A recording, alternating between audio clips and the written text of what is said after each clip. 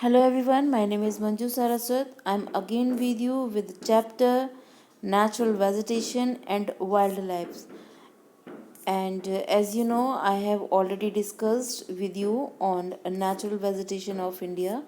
Now in this chapter, we will discuss on the wildlife of India. As we all know, India has a rich fauna. India has rich फोना. How can we से India के बहुत ज़्यादा जो हमारे यहाँ पे जो वाइल्ड लाइफ है ना, वो बहुत ज़्यादा रिच है. जैसे कि वे नेचुरल वेजिटेशन के बारे में हम लोग बात कर चुके हैं. As you know 90,000 animal species हैं यहाँ पर, है ना, जिसमें से कि सिर्फ अकेले 2,000 स्पेसीज़ हैं जो वो केवल वर्ड्स स्पेसीज़ हैं. एंड 13% टोटल वर्ल्ड स्टॉक का हमारे यहाँ पर है. एंड आप देखेंगे कि 5 to 8% जो है हम हमारे यहाँ पे वर्ल्ड का जो है एम्फीबियन एंड रेप्टाइल मेम्बर्स हैं, है ना. और कितने टाइप की फिश वगैरह ये सभी हमारे यहाँ पे पाया जाता है, जिसके बेस पर हम ये कह सकते हैं कि इंडिया जो है बहुत ज़्यादा रिच है वाइल्ड लाइफ के मामले में. ठीक है, तो यहाँ पर जो हमने अलग अलग बताया कि भाई इंडिया में क्या क्या कहाँ पाया जाता है, जैसे कि यहाँ पर बताया गया है ना, कि जो एलिफेंट है वो हॉट वेट फॉरेस्ट में Assam, Karnataka, Kerala, it means we can say in south, जो हमारे यहाँ पे रिच वेजिटेशन है साउथ का, वहाँ पर एलिफेंट बहुत ज़्यादा पाया जाता है. एंड वन हॉर्न राइनोसोरस कहाँ पर पाया जाता है, ये भी स्वैम्पी मर्सी जैसे असम का और वेस्ट बंगाल के एरिया में पाया जाता है. रन ऑफ कच्छ में आप देखेंगे, डेजर्ट में आप देखेंगे कैमल्स वगैरह, है ना, वाइल्ड एस ये बहुत ज़्यादा पाया जाता है. और आप देखेंगे कि टाइगर एंड लायन दोनों केवल इंडिया में ही पाए जाते हैं. गिर फॉरेस्ट में अगर हम बात करें तो इंडियन जो लाइन है वहाँ पाया जाता है. एंड टाइगर जो है वो कहाँ पाया जाता है, मध्य प्रदेश के जंगलों में. एंड सुंदरबन जो वेस्ट बंगाल है एंड हिमालयन रीजन में. And leopard is also the member of cat family. Yes, all these things we all know, and these are the characteristics of rich fauna of India.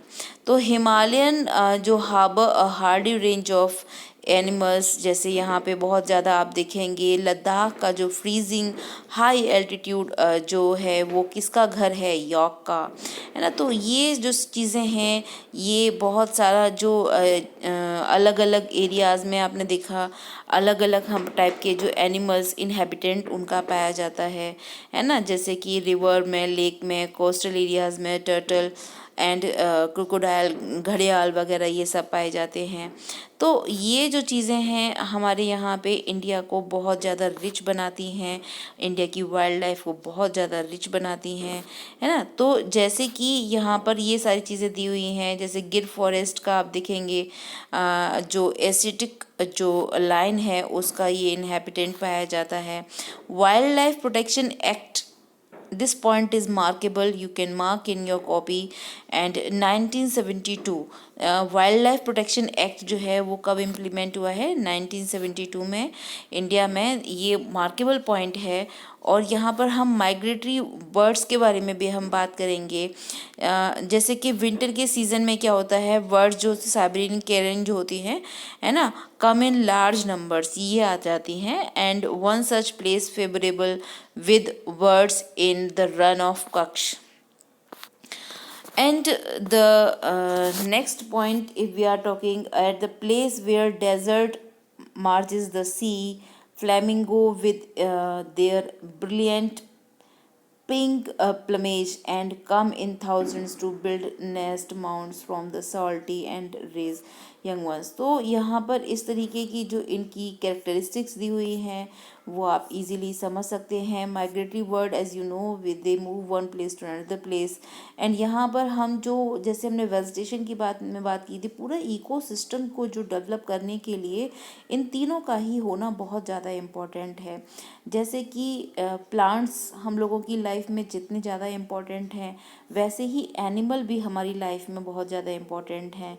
जैसे milch animal, here we are talking about the जो animals हमें milk provide करते हैं, है ना। ये हमें और क्या एनिमल्स प्रोवाइड करते हैं, ड्रॉट पावर, जब सूखा हो जाता है, फेमाइन हो जाता है due to the crop failure, so यहाँ पर ये हमारे काम आते हैं। ट्रांसपोर्टेशन, मीट, एग्स, ये सभी हमें प्रोवाइड करते हैं। फिश जो है हमें न्यूट्रिटिव फूड देती है। इंसेक्ट्स जो ऑलरेडी हमारी क्रॉप्स में और फ्रूट ट्रीज में, ये सब में हमारी हेल्प करते हैं। And they also exert a biological control, है ना। और यहाँ पर आप देखेंगे कि किस तरीके से पूरे इको सिस्टम को बैलेंस करने के लिए एनिमल जो है बहुत ज़्यादा ज़रूरी हैं और इनको कंज़र्व करना बहुत ज़्यादा ज़रूरी है। यहाँ पर आप देखेंगे कि बहुत सारे फैक्टर्स हैं जिसकी वजह से ये एंडेंजर्ड हो चुके हैं। बहुत सारे हमारे यहाँ की स्पेसीज़ लगभग बहुत ज़्यादा जो है गायब भी हो चुकी हैं। और hunting, pollution, introduction of alien plants and animal species, deforestation, ये बहुत सारी चीज़ें ऐसी हैं जिसने कि हमारे इकोसिस्टम को बहुत ज़्यादा डिस्टर्ब कर दिया है। तो गवर्नमेंट को लेना चाहिए कि भाई यहाँ पे कुछ स्टेप्स लें। तो गवर्नमेंट ने भी कुछ स्टेप्स लिए हैं। क्या स्टेप्स लिए हैं भाई? उन्होंने 14 बायोस्फीयर रिजर्व्स जो है वो सेटअप किए हैं फ्लोरा फौना को प्रोटेक्ट करने के लिए। फाइनेंशियल टेक्निकल असिस्टेंस भी किया है ना। और यहाँ पर आप देखेंगे कि project tiger, project rhino, project great Indian bustard, इस तरीके के बहुत सारे प्रोजेक्ट्स भी गवर्नमेंट ने लॉन्च किए हैं। और हमारे यहाँ पे कितने national parks, wild life sanctuaries, zoological gardens, ये सभी गवर्नमेंट के द्वारा सेटअप किए गए हैं। एंड हम सभी को चाहिए कि ये जो है इकोसिस्टम नेचुरल जो है इसको, ये कितना इम्पोर्टेंट है हमारे सबके सर्वाइवल के लिए, हमें सबको लेकर बहुत ज़्यादा अवेयर होना चाहिए। So this chapter has been closed. So thanks for watching you all.